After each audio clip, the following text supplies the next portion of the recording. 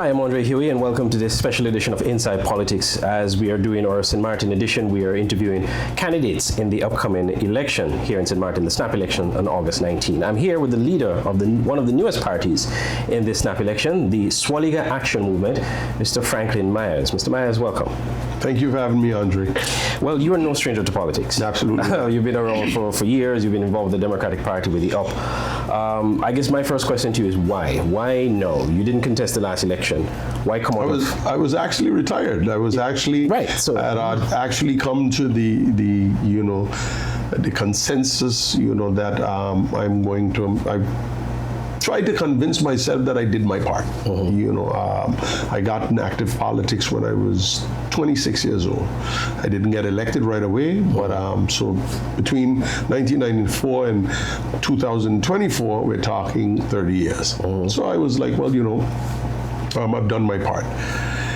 But the trajectory that St. Martin is taking now, I think it is more of a personal, it's gone more of a personal level. It's what's in it for me as opposed to what's in it for the country. And I drive around and I see slowly but surely the fabric of our society being deteriorated. I see the industry, the one industry that we have, tourism, not being put in the forefront. So I said, sometimes the task at hand, you can't delegate. You have to do it yourself. Yep. So I decided, well, I've been tinkering with the idea for some time before, coming with my own political party. I also knew the responsibility that entails. But then I said, no, this is the time for me to do exactly that. And here I am. Right. Now, and you just made reference to the fact that leading a party is different than just being on the list. Definitely. Do you think that, I know you have the experience as a politician, but do you think you will be able to manage that? Of course, as you said, you were retired, you were in business, you've done your part. Yes, the challenge, of course, is going to be great because not only are you now leading a party, but you have challenging times ahead. Correct. In governing St. Martin. And that's where you need your best soldiers. You need your best representatives in difficult times. And one thing we can all agree on is that the times that we are faced with now are very difficult for St. Martin moving forward. We either fix it now or we are in more trouble than we've ever anticipated. Because of my experience over these 30 years, I can see that the path that we're on isn't a good path. And if we do not get our act together, we're the laughing stock of the Caribbean, we're the laughing stock of the world because we're not taking it serious. And if your highest institutions are not taking it seriously, then what ultimately happens is your constituents don't take you seriously. My slogan says it all: serious people for serious times. Yeah. What are some of the pressing things you think that need to be addressed if you get a chance to serve in Parliament? Fundamentally, we're running on the electoral reform platform. We feel that I come from the days where a party is elected, you serve 4 years, you go back to the people decide whether they want to extend your contract, your governing contract or not. And but the accountability has now been taken out of the hands of the people because within the 4-year periods, you have political maneuvering. And I think too much emphasis has been put on politicking over the last couple of years as opposed to the general well-being of the country. And that's why the people are frustrated. That's why people say they're not going to vote. That's why we are faced with all of these different dynamics in our system that ultimately, St. Martin is not at the crossroads anymore. We have made the wrong turn. The good thing is, all of these things are fixable. That's where my experience comes in, and my party and we will definitely work to fixing these things. None of them are fixable within a year, so it's going to be a long-term commitment, of course. But yes, it can be remedied. But how though? Because yes, you're right. It will take some time to do, because it's going to require some legislative changes as well, and we know that can take time. But how can you get a system that works, that prevents what we know? I like the system like the French side. Yeah. The French side has a runoff system, so the smaller parties, it's based on democracy. If you do not meet the required amount, the required quota in the first round, your party is eliminated. The two larger parties then face off the following week. Then you have a government. Now, someone can declare themselves independent in the French system, but it does not hamper the governing of the country. So, because bear in mind, this system that we have in St. Martin is not unique to St. Martin. It's the same system in the Netherlands, the same system in Curacao, the same system in Aruba, same system that's used with tweaks here and there in other islands in the Caribbean, but it doesn't work for St. Martin. Why doesn't it work? Because of immaturity. So we're going to have to put a system in place that prohibits this kind of individualism, and that's what has taken, that's what has stuck out his nasty head out of the whole individualism. Because what has happened is the politicians are just thinking about themselves as opposed to the greater good. But how would that look? So if a candidate declares himself independent, who was part of a government, how does that then prevent the government from falling, as is the case now? Because now a person can withdraw his self, declare and go and form another coalition in government. In the other system, that can't happen. You can declare, because when someone declares themselves independent, those are on principle reasons. You know, you've had heads of state resign because based on their religious beliefs, based on what they firmly believe in, they just cannot go ahead and support a party, a government, an organization. Euthanasia, abortion, the death penalty, war. Right. Those kind of, so it's in there in case you have a principle disagreement that your conscience cannot, I can't do that. So we still allow you to have your principle belief, but it will not affect the greater good, which is the country. And I think for our fragile economy, it is important that we put a system in place that does exactly that, does not allow it to hurt the institution that we call St. Martin. So the government, as constructed, will continue to function. Correct. So if someone pulls your support and becomes independent, it should not. It should not affect the actual functioning of the government. Right. Yes. And of course, that will prohibit someone from doing it as well, because now, since we've become a country, there's never been anyone who have, except myself, who have declared themselves independent for principal reason. It has always been, well, I didn't get what I want. I want the Ministry of TIAT.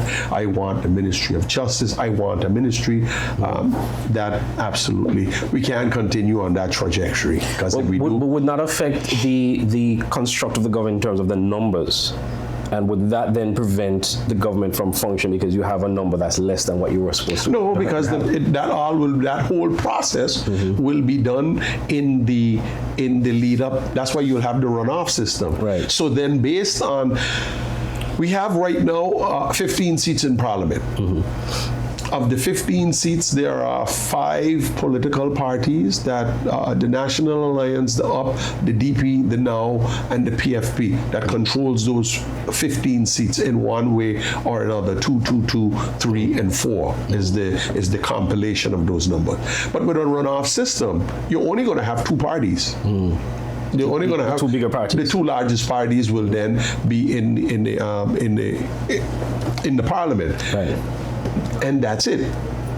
And of course, you can have a situation where it's still a 1-seat majority and you have a switch.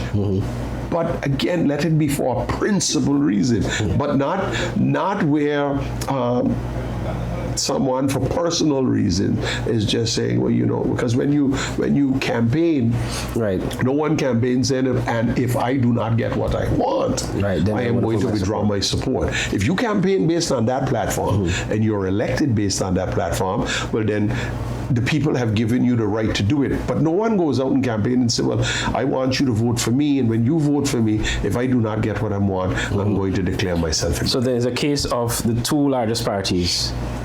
If one of those two gets the majority, then they run. If Correct. the two didn't get it, they have to join. Correct. And there's a less likelihood whatever of, the rest, yes, whatever the rest, they join or they decide to support the larger one. But you have the runoff system. So democracy allows everyone. You have, our Constitution says we have two fundamental voting rights. Those fundamental voting rights are to vote for a member of parliament and to be voted for as a member of parliament. So you can't deny anyone the right to vote, to be voted for as a member of parliament. But the runoff system eliminates a lot of the individualism that we find ourselves with. Until we are mature enough to deal with that and understand that it's a country and people's lives that we are dealing with, then I think that's a good system. There were attempts in the past since 10 to have this ship jumping eliminated or reduced. Aside from what you're proposing, would you also be willing to look at some of those attempts and why those fail and what could be done to? No one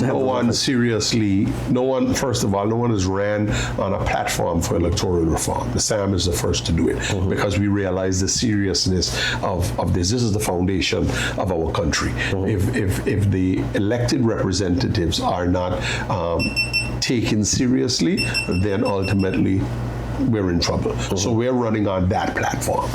Secondly, everyone has benefited from the system as it is. You go in and you have a 1, 2, or 3 seat majority, and as time goes on, then persons start to declare themselves independent and switch. And my party may be in opposition now, and then tomorrow I'm in government, another party. So they've benefited from it. And we're saying, no, it has to stop. Because what it has shown us over the last 14 years, it does not work. So fix it. I don't care who's in government. If my political party, the SAM, is elected and we are given the mandate to run the country, that's what we're going to do. We expect to come back in 2028. And come to the people and say, these are the policies that we've instituted, this is what we have done, and we are asking for a re-election. Leave it up to the people to decide, we want you to extend that governmental contract like I told you, or not.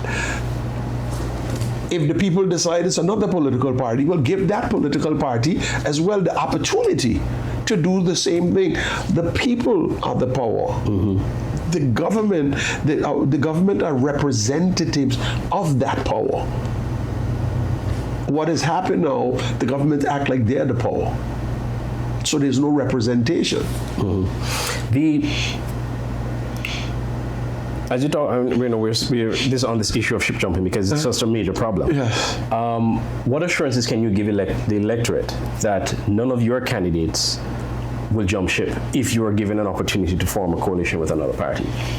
Well, one of the things is my candidates are handpicked, and everyone is individual.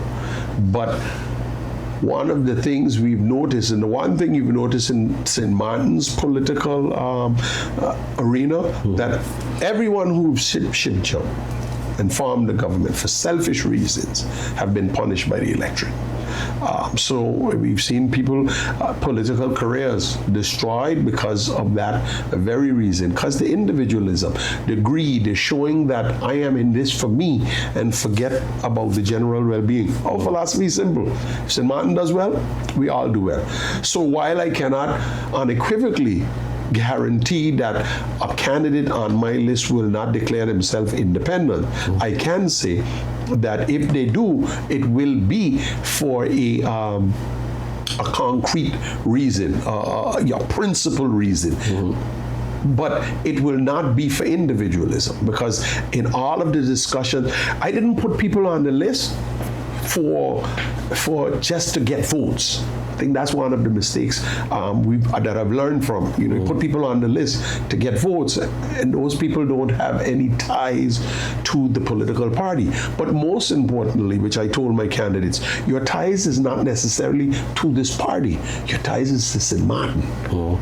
St. Martin as a whole, and that's the emphasis that we are going to demonstrate. Yeah. How would you describe the candidates that you have in your party? Because I'm sure each of them come with a diverse view of what they would like to see for St. Martin. And that's fine, because in our society, everyone has a diverse view of where we are and where we want to be. I have my top 6 candidates all have political experience in one area of another or another. We have Cecil Nicholas, who worked in the cabinet of TIAT in the past. We have Tamara Leonard, who was a former member of parliament. We have former MP Claude Chacho Peterson, who was a former member of parliament. We have Rhoda Arundel, who was one of the first members of parliament in 2010, and then subsequently First Minister of Education. We have Pamela Gordon, who was a former Minister of VSA Social Affairs, and then myself, who was former Member of Parliament and also the First Minister of TIAT. And then we have 6 young candidates. But again, our young candidates are all in their fields that they come from. Some are entrepreneurs, some is, we have custom officers, we have police officers, we have entrepreneurs again in their field. So everyone comes with their own expertise in their fields. And I think coupled with, we have 6 veterans and 6 rookies, and not rookies in the sense of amateurs, rookies in the sense of political experience. So we can groom them to go ahead. And one of the things I told them, I said, listen, in this political party, the opportunity is there for you to grow from where you are to where I am. This isn't a dictatorship. I do not want to be leader for life. This isn't my party. This is our party. This party belongs to St. Martin, and we are going to grow it to where we want to grow it. I can't do it by myself. I've always been a team player. You mentioned Rhoda Arundel, who we know is one of the foremost voices of the independence movement here in St. Martin. Is the SAM a party for independence? Yes, it is. I have been a proponent of independence. But for independence, we're going to have to get our act together, because we're going to have to go to our constituents and show them why we are ready to go to independence. The present state that we're in, we are drifting further and further away from our ultimate goal. So yes, I voted for independence in the past. It is in our Articles of Incorporation that the SAM is a political party established for ultimately St. Martin reaching independence. Is this campaign about whether we go to independence, yes or no? This campaign is not about that. We are in dire straits, and we have to deal with the situation at hand. What we lack is political maturity. And if we are going to entertain any form of governing, self-governance, the first thing we're going to have to be prepared to do is hold ourselves accountable. On that note, and I've always asked persons in St. Martin who are pro-independent, whether or not, well, you might think or feel that St. Martin is ready, but is the electorate convinced that St. Martin is ready, especially considering what we've witnessed over the last 10 years or more? Well, I just explained that. I do not believe right now in this situation that you could convince the electorate that we're ready for independence. But why is that? It's because the politicians have not shown leadership. They have not shown vision. They have not shown the kind of maturity that you need to tell your constituents, here is where we are. This is where I want to take you for now and the future. So if individualism is the order of the day in any country, was St. Kitts ready for independence in the 1970s? some may argue no, some may argue yes, but ultimately it's a step that they took, and from there, but it required a certain level of maturity. And they were able to prosper, and not only St. Kitts, Antigua, Dominica, St. Lucia, so all of these islands, but if you look at the persons that are representing them in a governmental aspect, are persons that are elevated in the society. And when I mean elevated in the society, serious persons, persons that have that country, their countries at heart. That's it. Yeah. The economy, and you talked about, of course, tourism being our mainstay. The current government has been saying the country is broke, and they've been making cuts, budget cuts, etc. If you were elected and to be in government, how would you address that issue if you're going into a treasury that's virtually empty according to what the government is saying? Well, I cannot answer because the Prime Minister said that the government is broke. I have not been, I'm on the outside. I'm not even a member of Parliament. I am not on the inside looking in. I do not know what numbers he is specifically talking about. A broke country would mean that payroll was just last month and people were paid. There were no crisis as far as payments being made. People are still, government services are still being offered and rendered. Election is on now, and the elections cost about 500,000 guilders. I do not see where they're looking for money to pay for the election.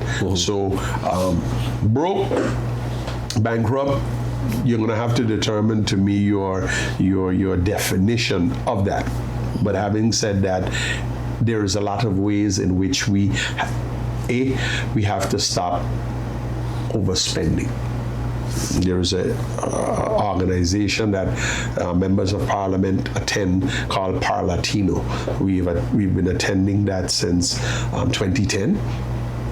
I do not see the benefits of Parlatino to this day. I cannot see one thing tangible that we have received, and there's nothing wrong with attending different organizations and being part of organizations to dialogue with your constituents and your neighbors. Absolutely nothing wrong with that. But over 14 years, when we were hit with Hurricane Irma, for example, even based on that, I didn't see aid or anything coming from that. And it's not that it's their responsibility, but you're a part of an organization. Send a container of water. Send something that I would say, well, hey, this is it. Otherwise than that, it's just trips. Cut those spendings. Government also has a responsibility to cut the fat where it's not needed.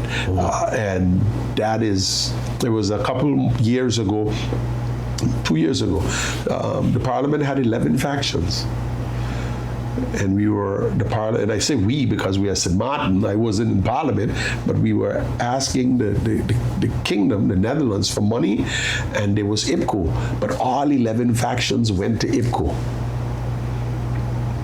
When you're a citizen and you're looking at this, you're saying, but how serious are these people?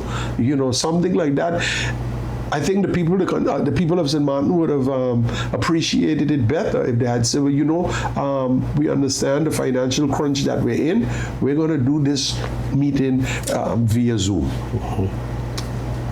Different times require different things, and we need to also cut some of the fat. So while we need to create revenue generating streams, and the only way government can create revenue generating streams is through taxes, because that's government's revenue. But also our tax system is outdated.